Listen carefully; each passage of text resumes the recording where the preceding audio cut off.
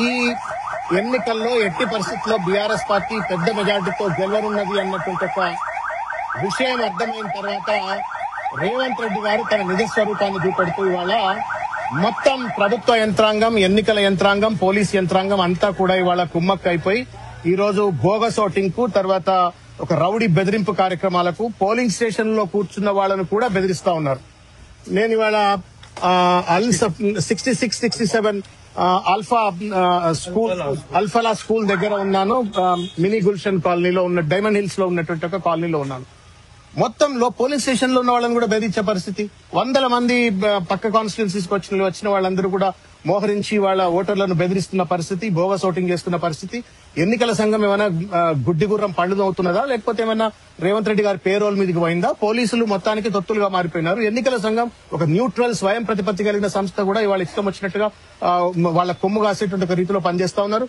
ఇన్ని వేల మంది పోలీసులు ఎందుకు, ఈ అబ్జర్వర్లు ఎందుకు, ఈ ఎన్నికలు ఎందుకు, ఈవీఎంలు ఎందుకు? ఒకవేళ బోగస్ ఓటింగ్ తోటి గెలవదలుచుకుంటే ఒక అర్రాజు పెట్టనా అమ్ముకోండి, లేకపోతే రిటర్నింగ్ ఆఫీసర్ డిక్లరేషన్ ఇచ్చి పడేయండి కాంగ్రెస్ గెలిచిందని చెప్పని. ప్రజలు స్వచ్ఛందంగా బయటకు వచ్చి వాళ్ళ ఓటేయాలంటే భయపడేటువంటి ఒక పరిస్థితి తీసుకొస్తా ఉన్నారు. దీన్ని తీవ్రంగా ఖండిస్తా ఉన్నాము. ఏది ఏమైనప్పటికీ కూడా ఇవాళ మేము భగవంతుని నమ్ముకున్నటువంటి వాళ్ళం, సత్యాన్ని నమ్ముకున్నటువంటి వాళ్ళం, ప్రజల అభివృద్ధి ఆకాంక్షతోటి ఇవాళ పనిచేస్తున్నట్టు ఒక పార్టీగా మేము ప్రజాస్వామ్యాన్ని కాపాడమంటున్నాం. ఇప్పటికిప్పుడు అక్కడ మీరు కూడా చూసిండ్రు బూత్ ఏజెంట్ లోపల ఉంటామని బెదిరించి బయటికి పంపిండ్రు. పోలీసు వాళ్ళకి వచ్చి మీరు ఆ అమ్మాయిని లోపల పెట్టండి అని అంటే మీరు మా వల్ల కాదు అన్నటువంటి ఒక రీతిలో వ్యవహరిస్తా ఉన్నారు.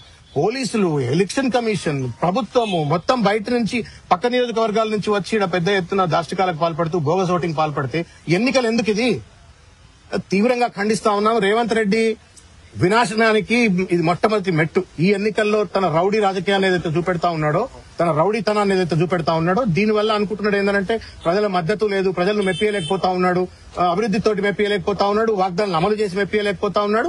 రౌడీజం తోటి ప్రజలపైన దబాయించి వాళ్ళ బెదిరింపు చేసి వాళ్ళ గెలవాలనే ప్రయత్నం చేస్తా ఉన్నారు. దానికి ఎన్నికల సంఘం తోడుగా పనిచేస్తా ఉంది, పోలీసులు తోడుగా పనిచేస్తా ఉన్నారు. ఇక్కడ ప్రజాస్వామ్యం లేనట్టుగా వ్యవహరిస్తా ఉన్నారు. ఏది ఏమైనప్పటికీ కూడా మేము బోగస్ ఓటింగ్ చెయ్యం. మేము ఎక్కడ కూడా స్వచ్ఛందంగా వచ్చేటువంటి ఒక ప్రజల ఓట్లను అడ్డుకోము. కానీ బోగస్ ఓటింగ్ మాత్రం తప్పనిసరిగా అడ్డుకుంటాం. ఎక్కడ బోగస్ ఓటింగ్ జరిగితే అక్కడ అడ్డుకుంటాం. తప్పనిసరిగా దానికి వ్యతిరేకంగా పెద్ద ఎత్తున పోరాటం చేస్తాం. కానీ ఎన్నికల కమిషన్ కూడా మేము విజ్ఞప్తి చేస్తా ఉన్నాం, పోలీసులు కూడా విజ్ఞప్తి చేస్తా ఉన్నాం. దయచేసి మీ బాధ్యతను మీరు నిర్వర్తించండి.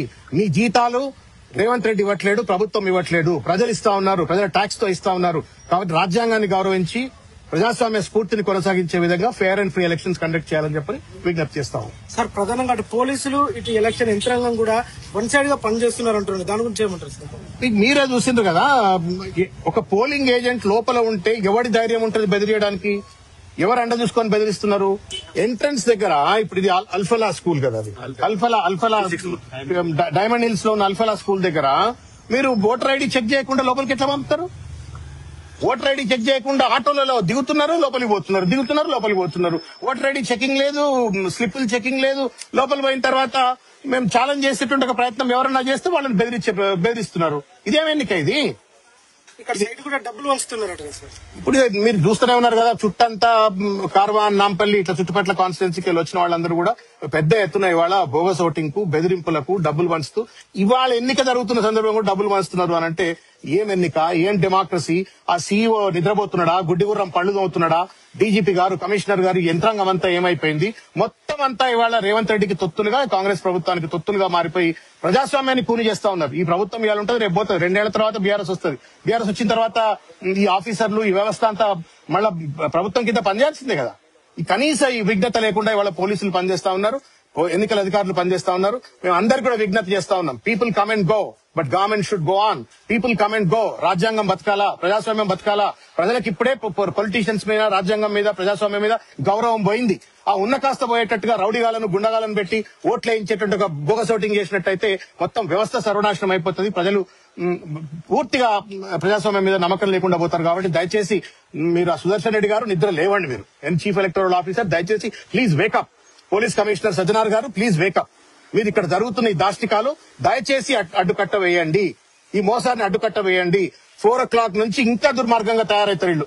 లాస్ట్ 2-3 hours లో పెద్ద ఎత్తున బోగస్ ఓటింగ్ పాల్పడాలని చెప్పని ఎక్కడికక్కడ నేను తిరిగి చూస్తా ఉన్నాను షేక్పేటలో. ఎక్కడికక్కడ పక్క నియోజకవర్గంలో వచ్చినారు. ఏం చేస్తున్నారు అంటే అబ్జర్వ్ చేస్తున్నాం అంటున్నారు.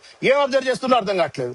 ఎక్కడికక్కడ బెదిరింపులు, బూత్ క్యాప్చరింగ్, రిగ్గింగ్ చేయాలనే ప్రయత్నం చేస్తా ఉన్నారు. కాబట్టి నేను my humble appeal to Sudarshan Reddy గారు, ప్లీజ్ వేకప్. సజ్జనార్ గారు, ప్లీజ్ వేకప్. మీ టోలీ చౌకీ పిఎస్, గోల్కొండ పిఎస్, తర్వాత ఫిలిం నగర్ పిఎస్, ఈ ప్రాంతాల్లో ఉన్నట్టు ఇన్స్పెక్టర్లందరినీ దయచేసి అలర్ట్ చేయండి. ఏసీపీలను, సీఐలను.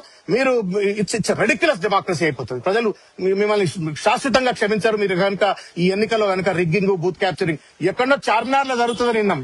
పోయి జూబ్లీస్ లో జరుగుతా ఉంది. చార్మినార్ లో జరుగుతుంది, యాకత్పూర్ లో జరుగుతున్నది, ఇలా జూబ్లీస్ లో జరుగుతా ఉన్నది.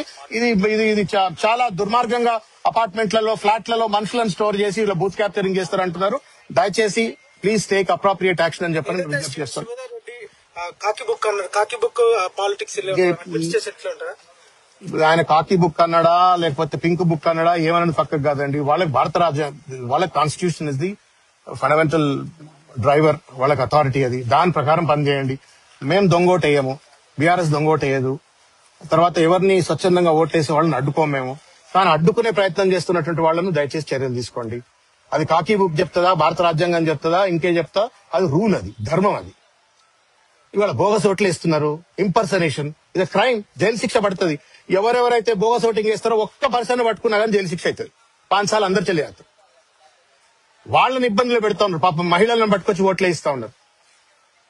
500 రూపాయలు ఇచ్చి పట్టుకొస్తుండొచ్చు. పట్టుకుంటే పోలీసు వాళ్ళు 5 साल अंदर चले जाते, उनका जिंदगी बर्बाद करने की कोशिश कर रहे हैं. पुलिस वाले रोक रहे हैं.